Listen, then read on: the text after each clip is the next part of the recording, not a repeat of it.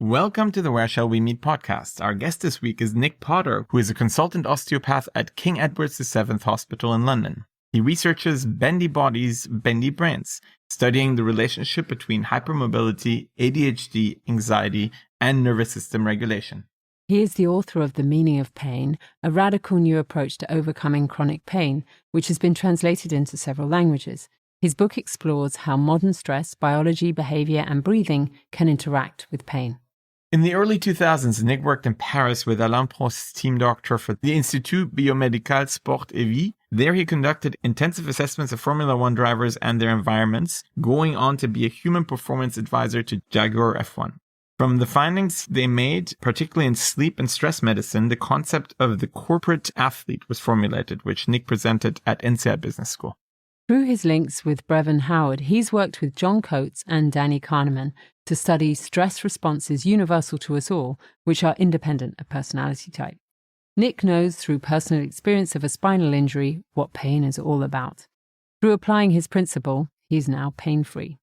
We talk about how Descartes was wrong, it should be a synergy of mind and body.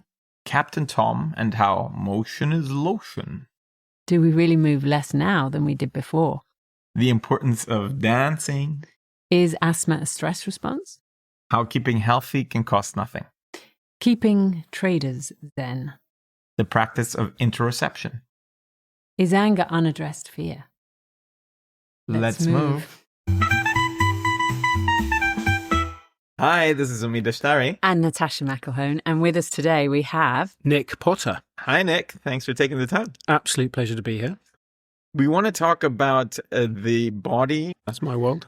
There was this guy called Descartes, and he came up with this notion of res extensa and res cogitans. Mm-hmm.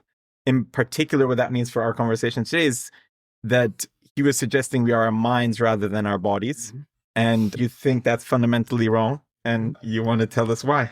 Descartes, great man in his time. Before neuroscience developed and psychology, actually, we could study it at a much greater level. I think he's wrong. I think that's fairly accepted he's wrong. And medicine, unfortunately, where obviously the paradigm I exist in has been defined by it for an awfully long time. And I think we are now suddenly waking up to the fact that it's wrong. And that actually we're so obsessed with cognition, the process of thinking, which now actually defines even kind of social status now, he's terribly bright, he's terribly clever, etc., is that we're concentrating only on the brain's function, but not that how it builds models of the world.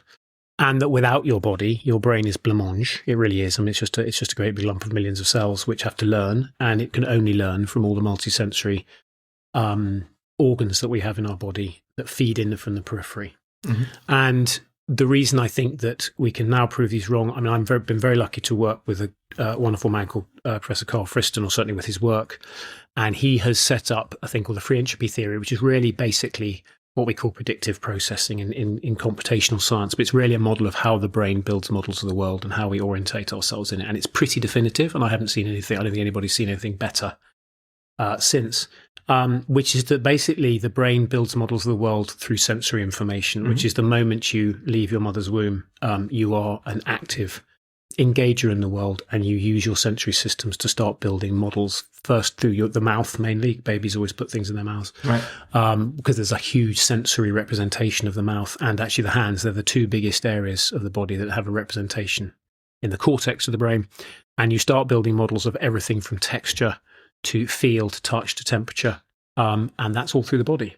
We've ignored that for an awfully long time. And I think the ancients knew it. Medicine, to a certain extent, has got a big apology to make, actually, to what they used to disparagingly call the complementary medicine world. Because if you look at it, we're all going to our breathing and our yoga now, which, I've been in practice 30 years. And, I remember a time when, if you were referring to the complementary world, you could be struck off, And now suddenly we're all returning to that because we realize that actually medicine is very limited in what it can offer. Certainly things like surgery, chemotherapy is, obviously vital, but actually pretty brutal to people. So I think we've reverted that, and but it takes about 15 years, certainly in this country, for medical science to change its mind, which is very sad. And I've certainly been involved in that, seen it in my own practice.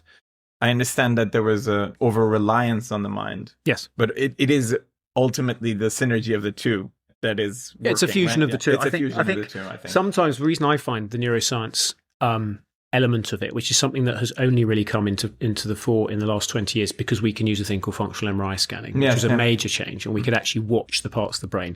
Because unfortunately, unlike rats, when I was doing research, etc., we can put lesions in their brain and see what happens. We can't do that to humans, thankfully, much as we'd like to probably sometimes. But what we can do is obviously measure when people have got lesions, and this is where people like the wonderful Oliver Sacks back in the day, wonderful neurologist, he would literally travel the world to go and interview people who had had lesions like strokes and tumours in very strange, deep parts of the brain we still didn't understand. And he would see how these very subtle manifestations came through in behaviour and mind and etc. I think without getting into deep philosophy about what is mind, I mean, I think mind is the fusion of your sensory input, how you build models of the world. Consciousness is that you are just actively living and experiencing affect, which is the feeling coming through from your body. And then cognition is the action plan you place in order to orientate yourself towards. It's the meta narrative on top of that. Yeah.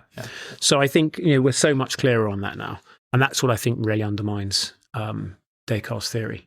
But you also look at historically where he was in the world, etc., without that technology. I mean, these guys were brilliant. I think we want to defame them. Even Freud, who's been criticised many times, always said there were only two primal drives and they were very basic. And then, of course, we build layers of why they're not acceptable just to have free form in society. And I think his stuff's now coming back in. But he was a neurologist. He wasn't a psychotherapist until much later. But he worked it out just by thousands of interviews. Yeah. And that was academic rigour. I don't think we're seeing that rigour anymore. Actually, it's very sad. We're not seeing people who just sat in a lab for their entire career just working out empirically where it came from.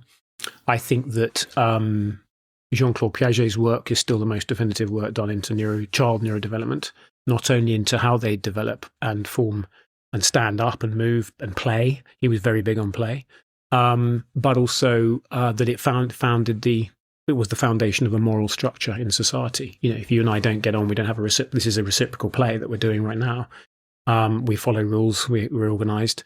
And that makes society work. And I think that we've tried now to superimpose quite a lot of ideological ideals on that, which are really at loggerheads with what the human brain really wants to do neurobiologically. Yeah.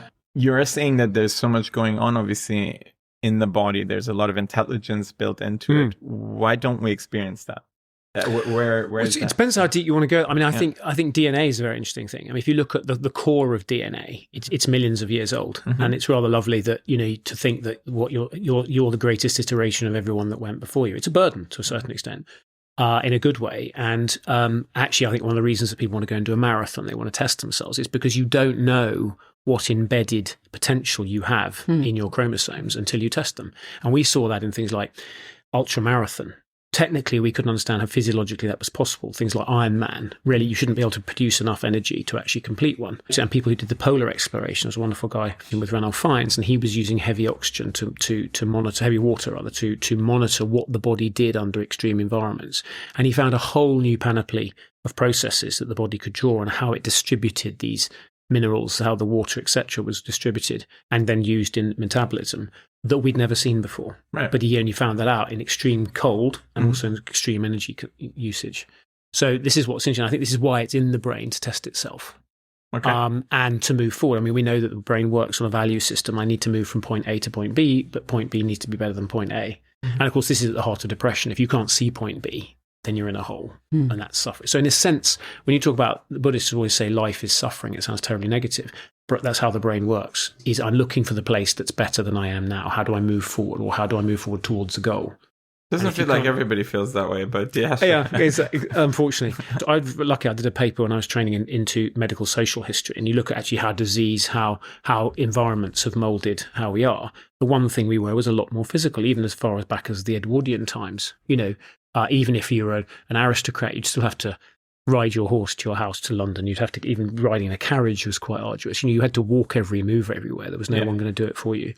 And even things like drawing water, cooking, it was a much more physical job. And there was much less abundance. We were all skinnier, And I think in a world that is intrinsically very safe, actually, I mean, you go to parts of the world as I have, working in places like sort of Angola and India, those guys are grateful for just waking up. And I think we've forgotten that in the West, and we moan quite a lot that things should always be better, but we have abundance in everything. And it's made us very lazy. If you don't look after your body, it doesn't look after your brain because it's less good at feeding that sensory information. And our brains are actually designed to move, not to think. a good example of that is that we have what we call affect in neuroscience, which is feeling. Okay, so you have thirst. It's a feeling. You don't really know what it is. It's a call to action, which is to drink. Yep. You gratify the need, and it goes back down the hole. You do the same with eating. I'm hungry, I gratify it. Sex. I feel horny, I gratify it, I feel better. Okay, so they all just come up through affective feeling, which is a call to action. Right. But even with social emotions like despondency, sadness, aggression, they all should be manifest in a physical outcome. As you know, I work in a hedge fund, and I can see these guys in the old days, in the 80s, they would be standing with stripy jackets, screaming at each other on a trading floor, but it was very physical, right? And they were shouting, whether they were winning or losing, they were manifesting it. And then the market shut and everybody went for a beer. They called it the pit, right? It was this sort of healthily adversarial environment. But now they sit at a computer, lose 20 million quid and have to go, bummer, right? And you can see them physically tensioning. Because if you can't put it into an action, it is stored energy. And I don't mean Buddhist energy. I'm talking stored metabolic energy. It's got to go somewhere. Mm-hmm. What I see a lot in my practice now is that I say to patients, you're not actually stiff, you're tense. There's a big difference. So why are you tense? So we're jumping around in a few different topics, which I'd love to pull on. Maybe let's go to where you wanted to go. Oh, well, it really feeds into what you've just been saying about, I don't even know where this phrase comes from. It's very old, but move a muscle, change a mood. Yes, absolutely. The connection between, and it's well, so obvious. A good example of that. What's so strange is, but your lovely example that you spoke about, or maybe wrote about, of what's his name? The guy in lockdown who was walking, who was 100 years old. Captain Tom. Captain Tom. Great. I watched that, fascinating. So he embodied everything I say to my older patients, which is that there was a sort of 98-year-old man. Pretty unable to speak. He was really and deaf and pretty withdrawn from the world, sitting in an armchair. And then one day he got up and he walked 1,000 yards. Basically, what he did, right? And suddenly, by the end of it, he was engaged. If you noticed, he could suddenly sing a song. What was it? I'm Forever Floating Bubbles, whatever it was. But he could also engage. And then by the end of it, he was able, pretty much without his Zimmer frame, to go and receive his OBE from the Queen and engage with her. So by reactivating his body, and what we know happens as soon as you move is, and as you change position, you orientate yourself in the world, you build what we call neuronal arborization, which is the nerve cells start bridging and synapsing, even at 98. And that's what he did. And of course, he started integrating his senses, which is hearing, which is positional and directional, vision, same thing. And he began to articulate much more because he was actually communicating and working with people. This is what we see with these elderly people. Once you go into a nursing home, you're there to die. You're not there to survive. And you are isolated and you shut down. And they stop living. It's not just really about aging. So I think it's So I mean, he just got up and did that, and that's what. And then he got an OBE for it. But what is it that stops people? I know there's a myriad of reasons, whether it's agoraphobia, whether it's just a loss of desire. Yeah, what is 65% of the population? Why do they get up? Should they get up and move? Because you're seeking a goal. With Alzheimer's and dementia and things like this. Joints creaking. Yes. Yeah. The moment we feel a bit of discomfort or pain, is that part of the cycle as well that we don't like? We can get into what pain is in a different, maybe a separate conversation. But it is.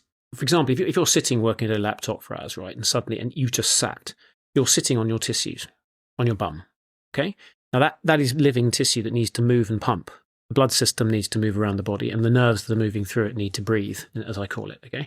Which is just they need a circulatory system. If you just sit in one place, I'm beginning to get it now, sitting in it, I need to shift, right? But something in my brain said, you need to shift, which is I'm feeling compression. We're getting a tissue change that's been fed up through my spinal cord to my brain, it's unpleasant. What we call the periaqueductal grey system says this is unpleasant. So what am I going to do? I'm going to move. I just do it without even thinking about it. And so it's a call to action. But if you are in a world of abundance where need is very quickly gratified, I can just have a glass of water. I don't go up now to the sink and get it because it's just provided for me. There's no reason for me to move.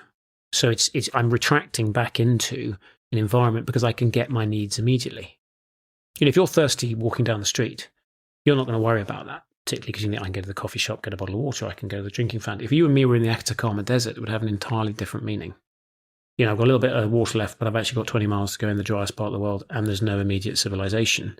The meaning of that affect is now suddenly ramped up. I've really got to drink because I'll be dead in 24 hours if I don't.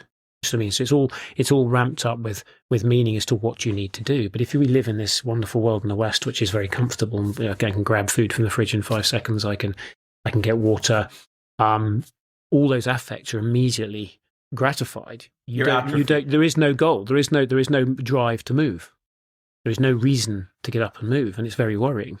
And it's actually the thing that ages you quickest, because if orientating yourself in the world requires high resolution, fine-tuned movement, okay, then you need to move, and you have to have iteration of that movement. It's like practice. You practice a tennis shot, and you get better at it.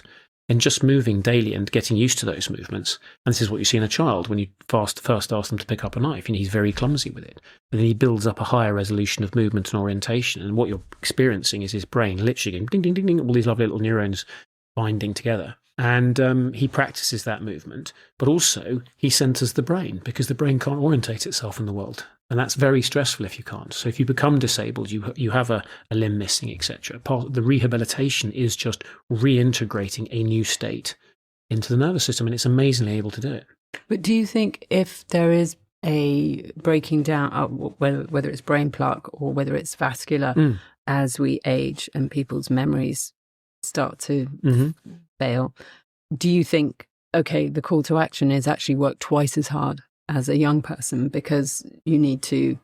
Yeah, you need to build that. I mean, you build all of the future as a child. And for example, I'm appalled at how we just don't see kids taking exercise. And I don't mean to go and get fit, just move and orientate yourself in the world. Again, they're just sitting in front of screens. It's easy just to watch that to get stimulated, right? You're just distracted, instead of actually having to put the work into. And you benefit from the work. Work is always an outcome. So you do the movement, you do the thing, etc. And it's like going to the gym. I feel better. Why? Well, I've got my cardiovascular system going, but also I feel tenser, I feel stronger, and I feel more imminent in the world. But people do tons of focused exercise. I mean, there are gyms everywhere. There's yoga studios everywhere. There are people running every month. People didn't used to jog. When I was a kid, literally, if you were a runner and you were intent upon doing a marathon, you might go for a run. Yeah. There was no running along the seafront. I mean, people stared at you. But you can literally split the world into those that do and those that don't. You'll be horrified by how many people are not doing that. You can see them everywhere. So and if you're a nice middle-class educated person who knows that, with respect, that's what you're going to do. If you work in NHS, if you see a different subset of the population, they really are not moving out of their couch. I think what Nick points out is that the average movement across society has come down, and you're pointing out that there's a bifurcation as well. So the problem is that a lot of people don't need to move as much anymore, and that's a fact, right? Yeah. And those people just don't, and the other side gets it and moves a lot, but that doesn't mean that the problem is not real, right? Yeah. And it's possible that your training data from your youth suggested that not many people were taking it that seriously, but everybody was taking it more seriously. Yeah. So to say, that's kind of I think what backs it up is great data that the Swedes are really good at this. They love really sort of boring data for ergonomics and all the stuff that bores me senseless. But what's interesting, they actually showed that if you sit for an 8-hour day at a desk, which I doing a workout, there you go. But if you do a workout at the end of the day, it doesn't negate the effect.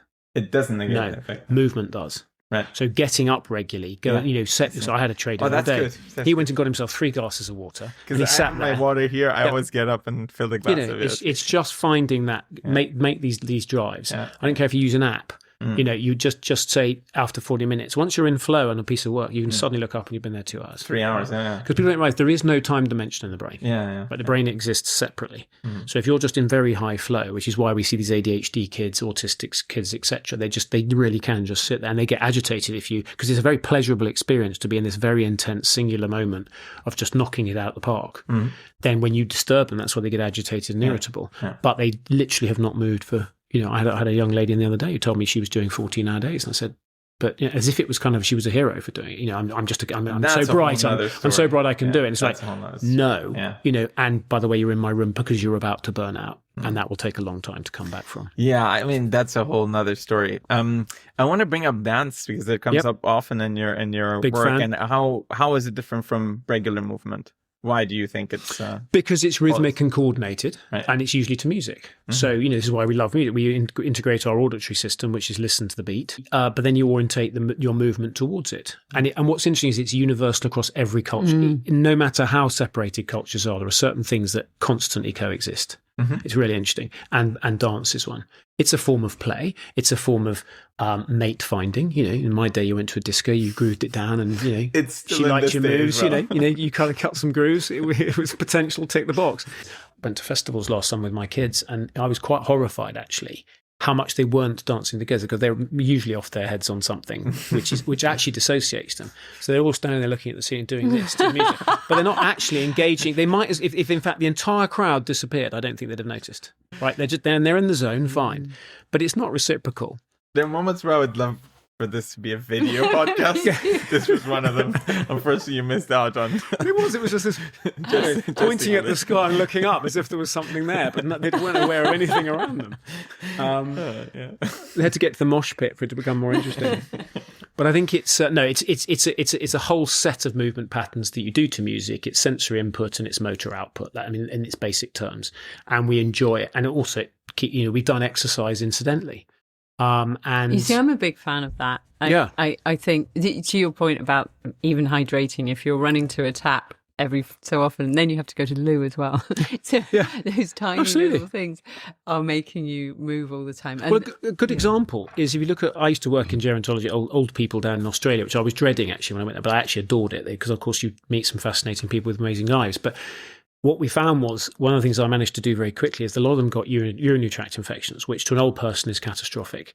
They also tend to go lulu. They cone off and they think they've had a stroke and all that sort of business, and they get constipated. The heart of all of that is dehydration. Mm-hmm. And the main reason for it was that the nurses were taking them a jug of water, but they wouldn't drink it. Right. Because they didn't want the effort of going to the loo. And it's mainly old ladies with dodgy knees, right? If I had my way, I'd love to get hold of Armitage Shanks, the greatest makers of loos, and say, just make them 4 inches higher. Nobody will notice. Nobody will be upset. But actually, when you sit down with dodgy knees or dodgy hips or dodgy backs, right, it's just like, oh, that's nice. I haven't had to go quite so far. They literally won't go to the loo. So I was and mini hacks can be super useful. I was a tyrant about it. And within less than a month, I actually made it a sackable offence. So I said each day somebody was on hydration duty. So one nurse had to go around, do the jugs, but they also had to pour a glass, socialise with them, talk to them, and then old ladies had to drink a glass of water and put it on their heads like the army, right, to show that they drank the water. They've done it. And we had an 85% drop in UTIs, nice, constipation, etc. And they were gobsmacked by it, and that was just water.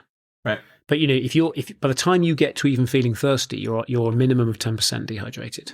You should never get thirsty, and this is part of the problem. Look at London. Okay, I was saying to somebody the other day, the Victorians, were amazing. They had all these parks for people to perambulate and mix and match and show off, and that's it. But most importantly, they had loos. They were nicely attended. Ladies could go off into one, and men, and it was nice and clean and smelt nice.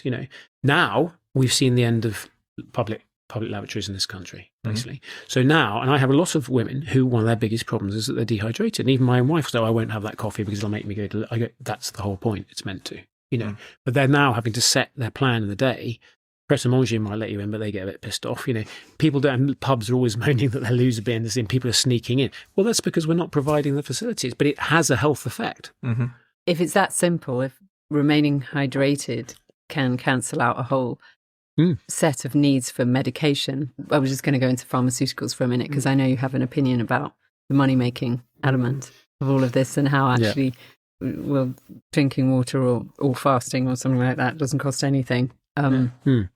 15, 20 years ago, I said the moment we let biopharma and biotech companies into universities and medical schools, that was the beginning of the end, because you saw the loss of autonomy, particularly of professors, because they were very clever. What they would do is professors, there was never enough budget in an NHS. They couldn't afford the research, and they might be doing fascinating work, but we didn't have the money to develop it. So you rely on a drug company coming along and saying, that's interesting. Very often, what they actually says, well, look, it is interesting for multiple sclerosis, but that's never going to make us any money. But it would be really good if you did this because this is a bigger market. And they would just shift them off. That's why all the neurological conditions basically could have been cured. I'm convinced of that by now. There probably would be a vaccine for most of them. But they haven't, because they have very low incidence. The number of cases each year is actually low, but they have very high prevalence, which is there's lots of people around with them. And they're a burden to the state and to their family because they're disabled. I don't mean that negatively. These guys are really struggling. And but they're never going to make a drug for it because there just aren't enough people to treat. And if they did, it would be a £200,000 tablet. My question was more about this idea that it's easier for a doctor to prescribe a medicine than go a little bit deeper, to your point, 100%. And check out lifestyle and I'm very habits careful to blame. That the NHS is burdened with an unnecessary amount of things that you think could be fixed just by lifestyle, just by drinking preventative more water. work. Exactly. I think when we look at blue zones, they're a good sample to look at in this case. Nobody's running on treadmills. and not many people are taking very advanced medicines. They're just living life in a way that is quite active, that is quite socially integrated, that is quite nutritiously diverse. There's various different sources here. Now, there may be genetic components there for sure too, but I think the lifestyle components show pretty clearly.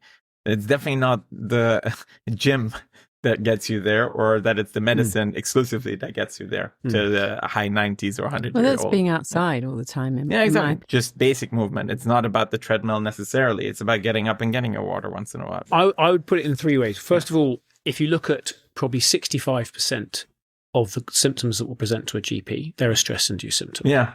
Gastric reflux is a stress response. Yeah. Headaches, migraine, back pain, all that stuff that ends up with the GP. Yeah. The poor GPs, who I don't blame for this because I think it's very easy to blame them, is that they are, partly their training doesn't really integrate looking at lifestyle, family stuff, etc. They think they're not psychotherapists, but you don't have to be that old to understand. You can help somebody if they're in a difficult marriage or whatever and say, maybe this is what's driving it. Just give them the seed, as it were.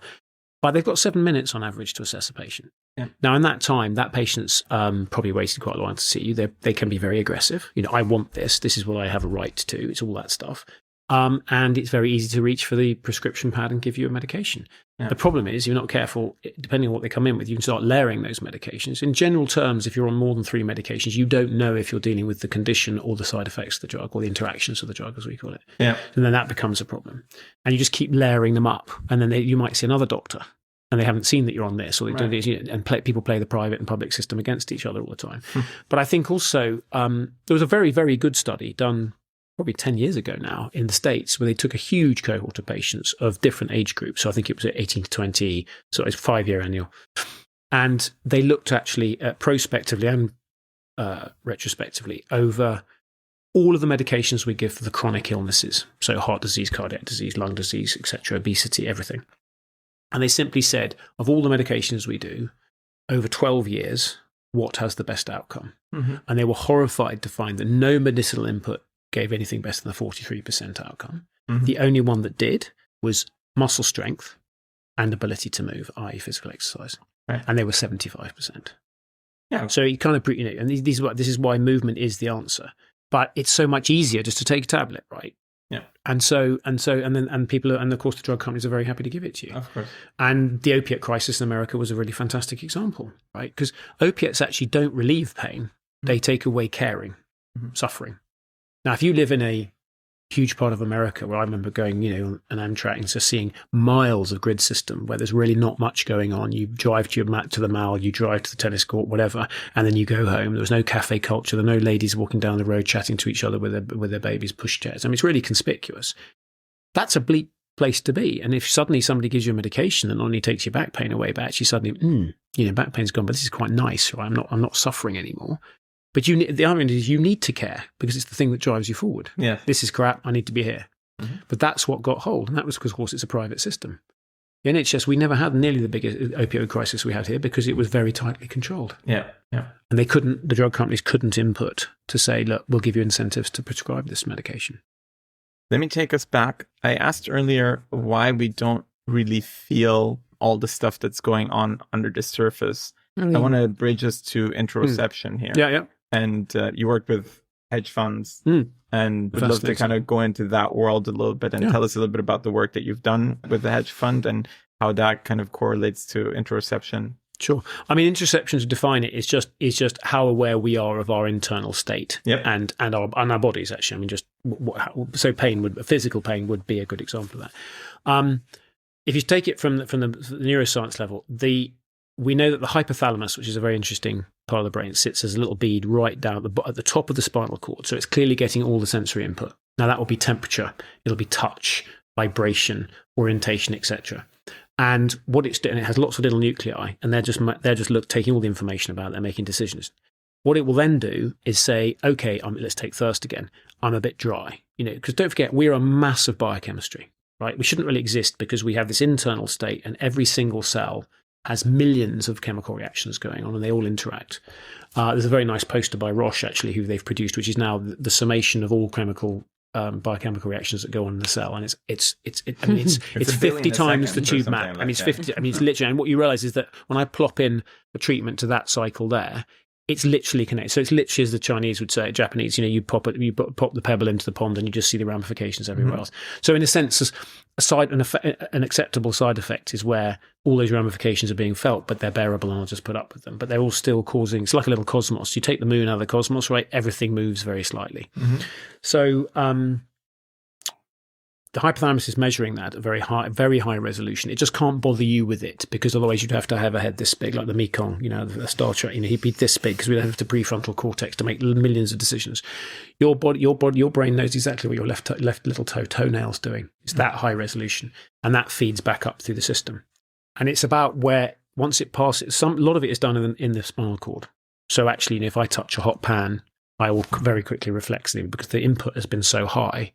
That I will just reflect. Even before my brain gets the message. The brain won't even get the message. Exactly, yeah. If it's really badly burnt, because now the tissue's significantly damaged, then the chatter will continue and then it's referred up north. And in my book, I likened it to the CIA, right? So you're right down at local level.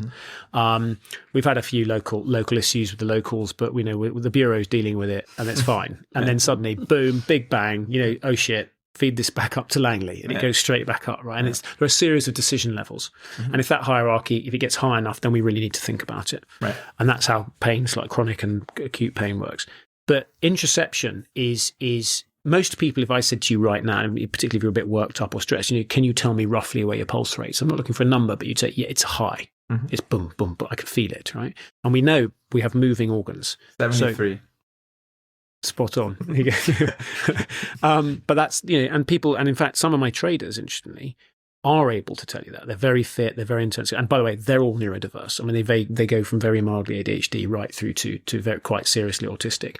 But that's their talent because they can spot patterns in markets. They're looking at millions of figures and seeing things happen that you and I just would have no idea. We just sort of move from one to the other. And if you add in IQ, which is ability to process, then this is a very powerful human being for cognitive processes. They're not necessarily so good at taking risk, which is quite interesting, because it's stressful. They're often focused on the downside. But I was very lucky to have quite a long conversation with Danny Kahneman because my boss arranged it, and that was interesting because he wrote this book, Thinking Fast and Slow. Yeah, I love it. It was quite intimidating because he's the Nobel Prize winner in behavioural science. But what I said was that in the trading floor, that when traders become stressed, they default to what all humans do. It's personality independent, which is that you will flip into a stress response. And the stress response switches off your prefrontal cortex, which is your decision-making centers, and it's a race to the bottom of the brain, as we say, right? And what we found was their search algorithms, which is how do I see the world? They would go from seeing opportunity and potential in the market, ideas, creativity, to I'm only going to focus on the things that can take me out. It's what we call negativity bias. And that was very clear that was happening. And so we did a study with 60 traders, and we deliberately stressed them with a market that's very, very volatile, unpredictably volatile, because they like a bit of volatility and they ride the hump, as it were, but they couldn't. And what we discovered was that when we asked them for a mood score, how do you feel? They said, oh, yeah, I feel fine. Yeah, I'm coping. I don't do stress. It's fine. But when we physiologically measured them, which is impedance, breathing rate, and so on, we found they say, yeah, well, your body's telling me something different. And so and what they didn't realize is that their subconscious brain had flipped into what we call negative search algorithms. It was beginning to look at all the reasons why I shouldn't. So they might see a trade, but they wouldn't take it. So the lesson here being that if you're more in touch with the ground truth of what your body is actually sending you, you can reassess your judgment. Yeah, if you read yourself, know yourself as best as you can, because we read 99.6% of what goes on the brain, we have no idea about, and that's quite scary because we think we're in control of everything. But and interestingly, there was a very good paper that showed that traders who did have higher levels of interoception, it directly related to P&L, their profit and loss. It was positive if they did. So it was very interesting. People who were very involved with themselves. And they tended to be the guys who did look after themselves. They love a workout. They've been stressed. They'll go and manifest in the gym. There's one particular guy I can think of, and he was super fit and whatever. And he had the best interoception by far. And he'd been doing it. He was 50. Most people will burn out by then. But he was still knocking the trades out. But he was very clever at and he was very exacting about how he made decisions and would learn from them. And was, his rigor was very keen. How can we get better at this? Very good question. We are at the moment looking at the profile of traders, and I've said that I'm not sure that just doing psychometric testing is actually very valuable because it's not a psychological. I would certainly ask them, do they play poker? I want somebody. It's much easier to take a risk taker and teach him to regulate himself. Okay, so you can bet on the horses. Just take longer to work it out, dude. But he likes taking a risk. Interestingly, we've shifted more recently to taking in what we very bright engineers and physics, maths people. And interestingly, they're quite guilty of what we call analysis paralysis. So they will overanalyze, won't make a decision, and they won't take the risk. But say one of our listeners now, if they wanted to get better at interoception, you're focusing on the traders. You're saying just fail more, and men, and men, yeah, exactly. So I think if you want to get better interoception, meditation is very good. Shut your eyes, meditate, focus, and just feel. Sit there and say, "How do I feel?" And you quite quickly can say, "I'm a bit agitated." Mm-hmm. Maybe sometimes say, "Okay, I'm agitated. Why?"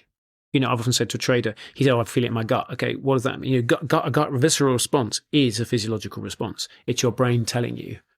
It's a bit like lie detectors is a good example. Okay, they're sitting there telling you what they think is the best possible lie, but we're seeing all their parameters now. That's because of a lovely term I came across, which I thought was incredibly insightful, is the body will always resist the lie.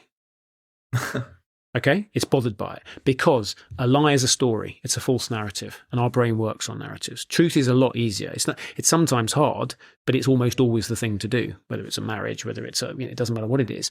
Truth is actually very liberating if you can abide by it. People aren't always comfortable with it, but it's usually the way forward.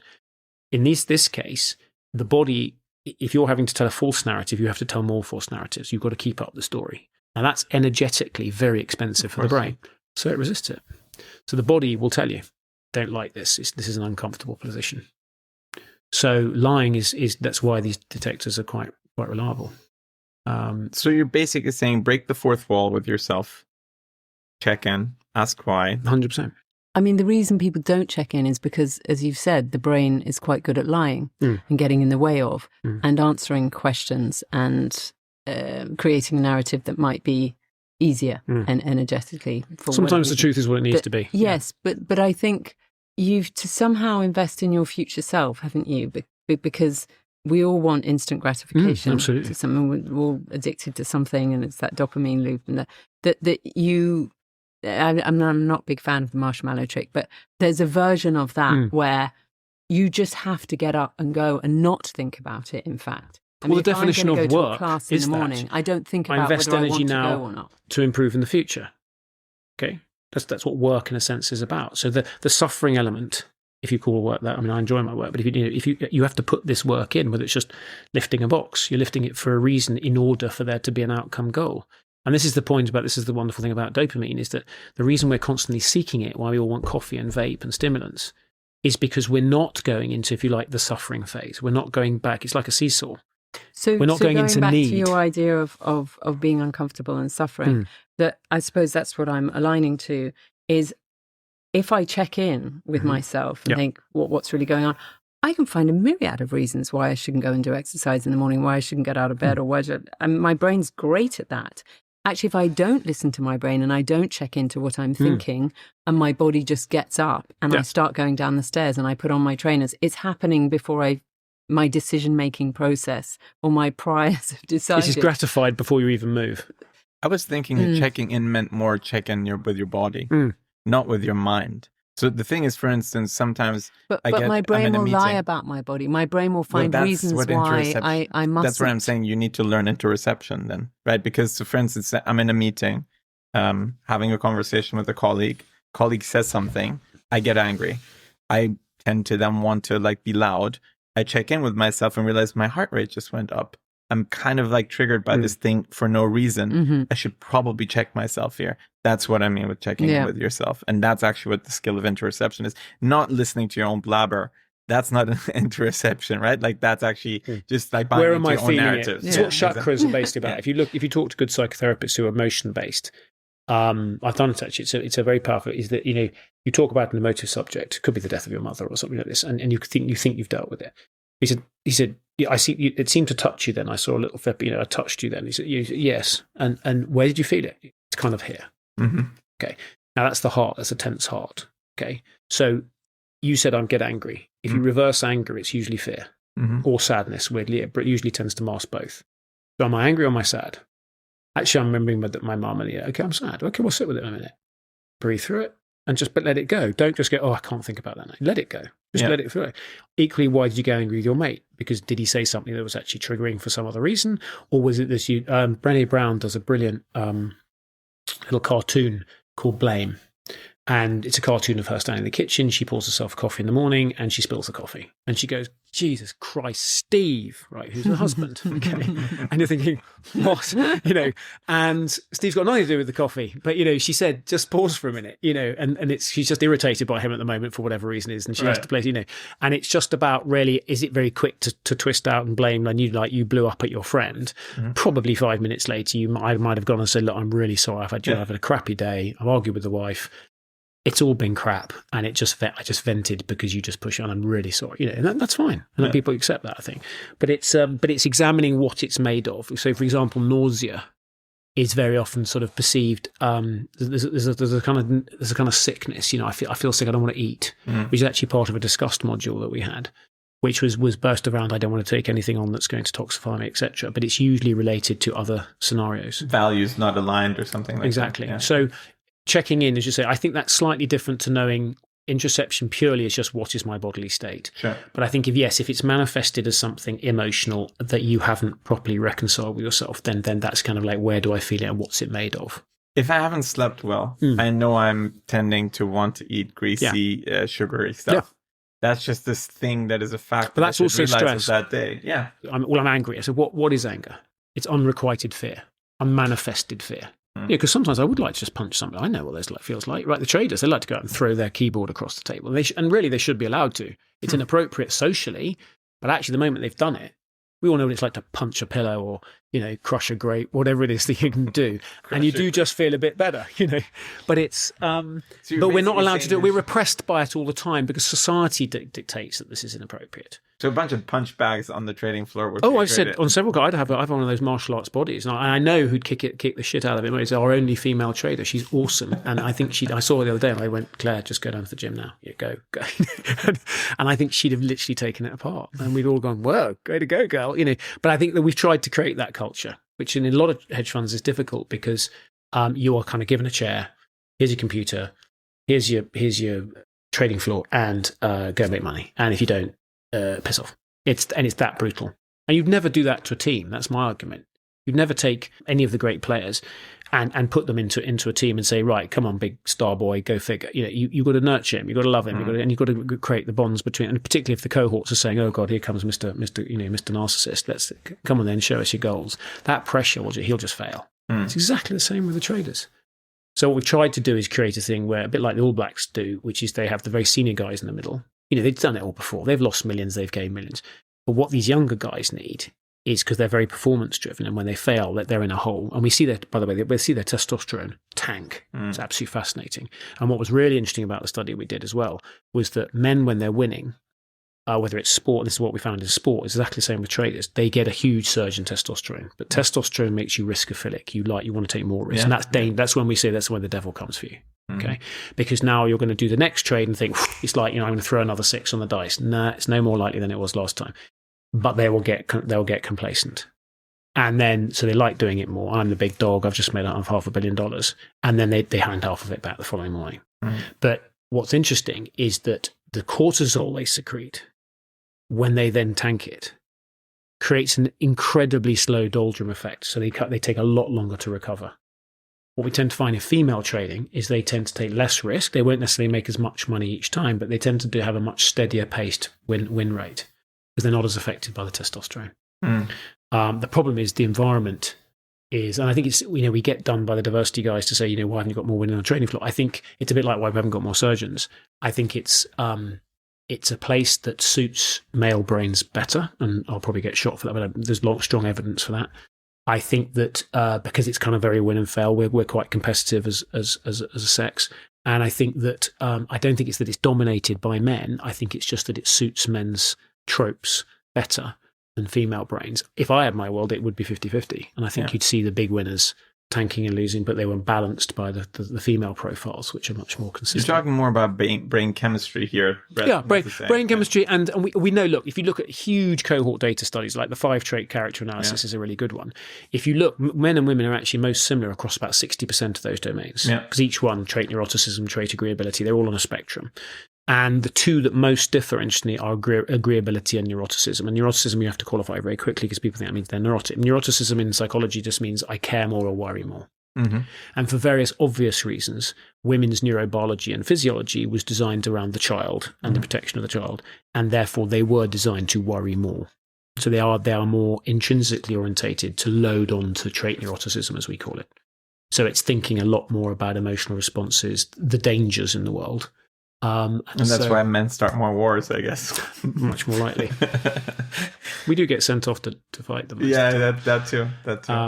So if you look at that neurobiology and chemistry, it's quite interesting. And this is why when you do interviews, you've got to be so careful, because I've done radio and things that, I was on a mainly women's podcast the other day about pain, and said, look, can I just start by saying, I'm only going to talk to you from a neurobiological and physiological concept. I'm not going to start talking about social traits. It's just not, because it's just too, the sensitivities are too dangerous. I'm just telling you, this is why female brains tend to do this and male brains tend to do that. And of course, there's huge amounts of crossover.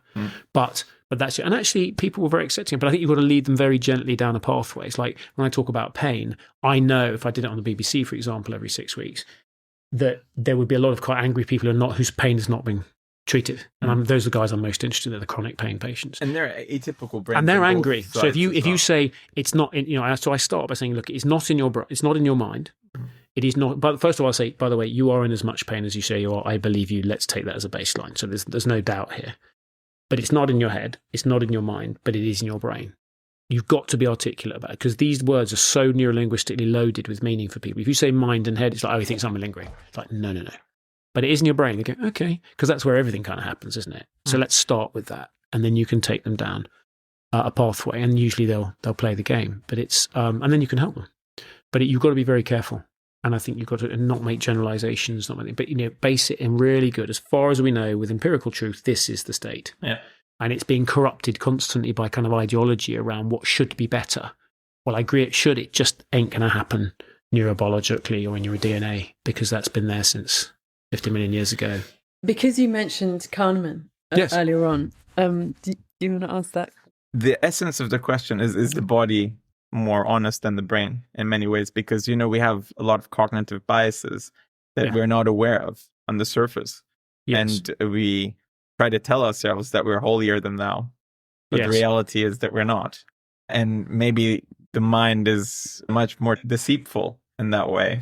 Very loaded, but also very expansive, multifactorial question. I think you're right. If you could sort of tap into the base of the brain, sort of just down above the hypothalamus, and just take in readings from there, it'll tell you exactly what that you're lying like a complete, like a cheap watch. But there are reasons you've got to filter that, And also, again, going back to language, I've got very fascinated by kind of neurolinguistics and why English is such a fabulous language. I think it's why it is the international language, because it has the biggest vocabulary of all. And those were, if I say to you, I think you're being a bit disingenuous, right? And you go, well, I've just called you a two-faced git, but I've told it to you politely. It's what Parliament's about. If I just call somebody a liar, it's unacceptable. Okay, and sometimes you'd like to, but it's about playing that game. I'm going to communicate with you, but I've got to deliver it. So I think there's a lot of filter. I mean, don't forget, the brain is suppressing. Most of what goes on in the brain is actually suppression and filter. So, for example, we take in about 11 million bits per second of sensory information, but we're actually only processing 4. So the brain is making that's why we realized it's making predictions about the world and only updating that little bit. Yeah. It's not processing the 11 million bits. Yeah, so what we are experiencing is just riding the very surface layer of like a lot of stuff that's going on. And the superpower is forgetting as well as suppressing, as a matter of fact. Well, for example, Parkinson's disease is a good example. When you lose dopamine in the particular substantia nigra, which is a tiny little nucleus, which orchestrates movement and its coordination and integration, much more than the cerebellum, which is normally which does it, they start getting the writhing and they can't sit still. With this head-billismus, as we got, it's tragic to watch, because what's happening is, if I point at you right now, what my brain has said, extend my triceps, extend my finger, point, okay? It's also said, don't flex, don't retract. You see, it's had to inhibit a number of other movements. Yes, yeah. The problem with the Parkinson's is they're doing all of them at the same time. So the ones that you want kind of win over eventually, but this is why they get this terrible, and it's energetically so tiring for them. Yeah, it's a horrible disease. But it's interesting to see, because then you kind of work out, well, they're doing everything all the time, and that's just undoable. Yeah. So I think it's and actually the prefrontal cortex's main process is actually to filter. So, I might want to call you a two-faced git, but I will say inappropriate, disingenuous would be a mass words. But you see, if I've had a very poor education, this is why, again, if you look at some of the people who struggle in therapy, is that they will say to you, even if they're in therapy about trauma in their lifestyle, they can't tell you, if you say sadness, okay, or reject, there's a whole subset of emotions that go with that. Despondent, why you say, well, I'm despondent, rejected, disenfranchised, all those lovely big words that you and I can use. But if you're a young kid from a council estate with a poor education who's going through, trying to verbalize, he can't tell you that. He can just say, I feel sad, or it's tough. They'll give you a physical answer. How was being bullied at school? Well, it was tough. Well, that's not an emotion. They really struggle with it. But I think the point that you're making, which kind of takes us back to the beginning, is that the mind also needs to have a map to be able to express and navigate and understand this very diverse landscape of feelings and signals and things that are coming from the body. And if you don't have that, then the mind-body connection is also broken. So it's not all about the body. It's not all about the mind. It's about this mapping. It's really how you orchestrate, integrate, and regulate your fundamental drives. It's sex drive, fear, two types of predatory. One's predatory aggression, one's defensive. Play. I'm trying to remember them all, but they're there. So they're there as drives. Right. Okay, as modules, and they're in you the moment you're born. They're a priori. We know that now. Then what you're going to do is you say, well, I want sex. Well, it's like, okay, I can't just go and take it. It's unreasonable just to go and rape something. So that's where you build your ego of the world. Then you build the superego, which is kind of the limitations upon my fundamental wants. But a lot of that is your parents. And this is the work that Dad actually had done for the family division, for family justice. He said, how can we dictate this? We don't really know. So he did these huge studies. And what we found was the biggest input was the relationship with your mother, first of all, is very exclusive actually to men. It's really them. It's about their face, etc., their stimulus, etc. And then it's all really about gratification. These, you look at a baby, it just fundamentally wants feed. I need to poo. I need to do this, and it's gratified. And then Dad's coming at about 2. And then that's why they go through the terrible twos, because they're separating from the mother, their identity from the mother. But they've also learned how to go to their mum when they have fundamental needs. So when you are upset, despondent, rejected by your friends, you run to your mum, mummy, he's unpleasant to me, and you say, oh, darling, you must feel despondent, sad, rejected, and they don't realize subconsciously they are going, oh, that's what this feeling I'm feeling right now is. Tick. And that's how they build up that awareness. Yeah. And if you look at a lot of kids that I've seen who come to me who are tense all the time, are now adults, they have a thing called alexithymia, which is a fascinating problem because it's not in the DSM as a problem. It's there as a symptom, but it's actually a universal problem. I've checked this with several psychiatrists and they agree, which is that if you have emotionally unavailable parents, boarding prep schools were quite big on this, which is that you are sent away by your mother. So there's a feeling of rejection in the first place, which you kind of suck up, but you're under constant threat because the seniors are going to take your bacon in the morning, or you have no privacy. It's constant uptime. You're constantly feeling defensive. And you can't go to mum when you're being bullied, or you can't go to mum and she gratifies that need and tells you what it is. Then you don't attribute the label that you're feeling. So they feel it, but they can't say, I'm feeling sad, I'm feeling angry. And that comes to an adulthood. They're very calm people, but then they're just serially non-manifesting. And they are the tightest guys you ever meet. And they can't let go. They don't. In fact, when they relax, they are agitated because being relaxed is not a safe place. And they just can't let go. Even if they do their breathing, they're just like, I'm not doing that. That's all weird. The thing that helped me a lot was when you told me that I should do a lot of the breathing into my stomach. I'm one of those people that you just described to an extent, not probably to the extreme extent that you're suggesting. It's a spectrum, like everything. Yeah, exactly. It's a spectrum. This tension, this not being more in my head and not actually being fully embodied, not really fully feeling. When I did focus on my breathing for 3 days straight, that was completely transformative. I did feel completely different, and I often think of you when I'm just like, okay, I should probably do a lot of like that tummy breathing now. I should do that tummy breathing. I was very lucky. I trained with Professor Buteyko, who's the father, and at the time was a charlatan. All the respiratory guys said, oh, he doesn't know what he's talking, because he said asthma is a stress response. It's not, and he's right. But anyway, did his trick, could see the genius of it in the class. I said to him, this is really cool, and I want to learn this, and didn't realize how much I would get in over 30 years. Now suddenly, of course, it's everywhere. So you suddenly sit there going, Christ, I've been preaching this for 20 years, and everyone's going, wow. The problem is, there are a lot of breathwork guys out there who I respect, and even Wim Hof, but he got quite a lot of that radically wrong. is that it's coached by people who don't understand breathing on kind of multiple levels, because it's very physiological. You can see the big barrel chests of guys who are holding their breaths all the time. So it's about mechanical, but it's also about gaseous exchange in the lungs, but it's also then about how the biochemistry in your blood changes, which then has a feedback forward system on your brain, and why basically you go into a subconscious stress response. They don't know they're doing it. So, and then they look for the negative. So do you see me? It manifests the anxiety state. Yes. The key thing I say to people is, if you want a default process to do, because 90% of people are just stressed, right? They're just neurologically switched on all the time. They're holding their breath like you are now, right? Okay, and then they're breathing through their chest, etc.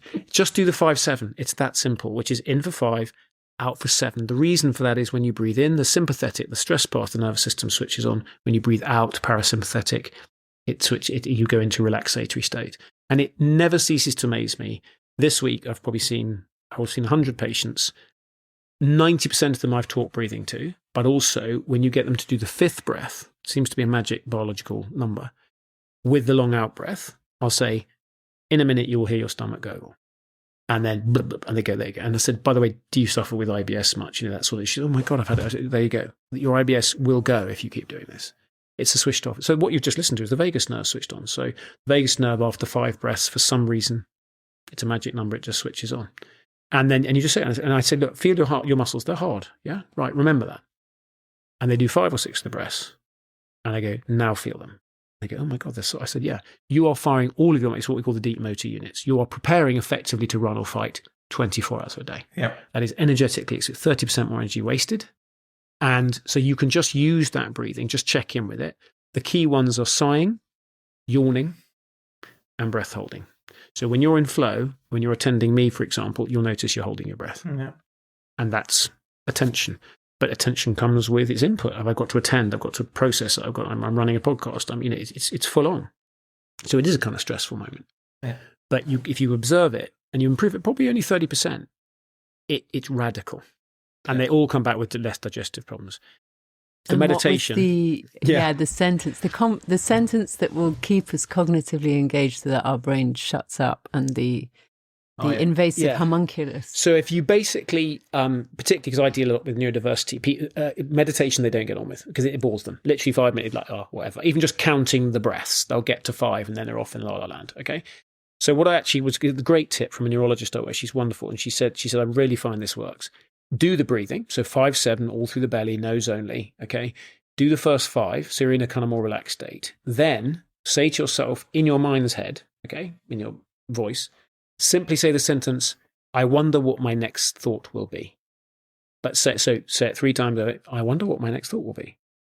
I wonder what my next thought will be, at that kind of metronomic rate. And it is I've done it, and when I'm kind of overwhelmed, it's been an emotional day, etc., and I'm like everywhere, I just sit down and do it. And by about the 3rd or 4th repetition, I can actually feel the external thoughts knocking on the door of it's extraordinary, going, listen. I'm going, I wonder what my next. And then suddenly they don't. It's like the wolf at the door. He suddenly just he's had enough. And I do it for sleep, and it works amazingly. And you suddenly think you don't even know how many times you've done it. It's also amazing because you have no temporal space in there at all. So I thought I'd been doing it for 5 minutes the other day. And I looked at my watch and I've been in it 10 minutes. And so I'd actually just gone into this wonderful place. And like coming here for the podcast, if I'd been rushed, etc., I would have just sat outside and done it for 5 minutes, because I've got to have my focus, and there's too many things going on in my life elsewhere. Just use it. And it's extraordinary. But the reason it's important is because it's a complicated sentence. If you just do an okay, there's no thought in that. You can just do it autonomically. But if you think about a complicated sentence, it can be anything you want, really. But it's just, I wonder what my next thought will be. Right? The wondering is the process that actually blocks out the thoughts, and it's for me, it's been a game changer. And I've given it to several patients, and they all love it. So here we go. So that's good to have a little tool to take away. Thank you. Awesome, Nick. Thanks so much for taking the time. My absolute pleasure. There are some good takeaways for our listeners. I hope so. Pleasure. Thank you so much.